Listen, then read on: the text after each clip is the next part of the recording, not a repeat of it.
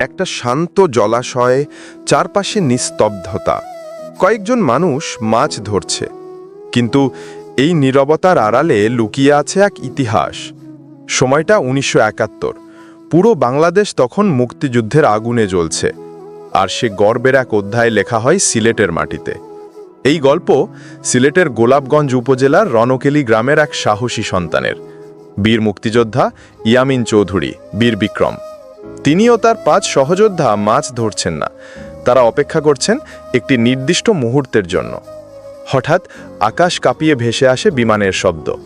একটি বিশাল C-130 বিমান চক্কর দিতে দিতে নামছে সালুটিকর বন্দরে। বিমানটি মাটিতে নামতেই গর্জে ওঠে LMG। মাত্র 150-200 গজ দূরত্ব থেকে নিখুঁত আঘাত।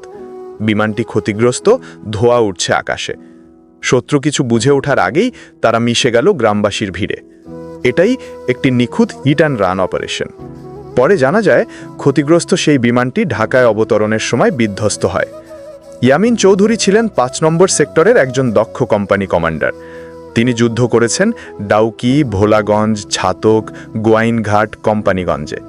তার নেতৃত্বে পরিচালিত হয়েছে অ্যাম্বুশ, রেইড, ডিমলিশন সহ বহু সফল অপারেশন।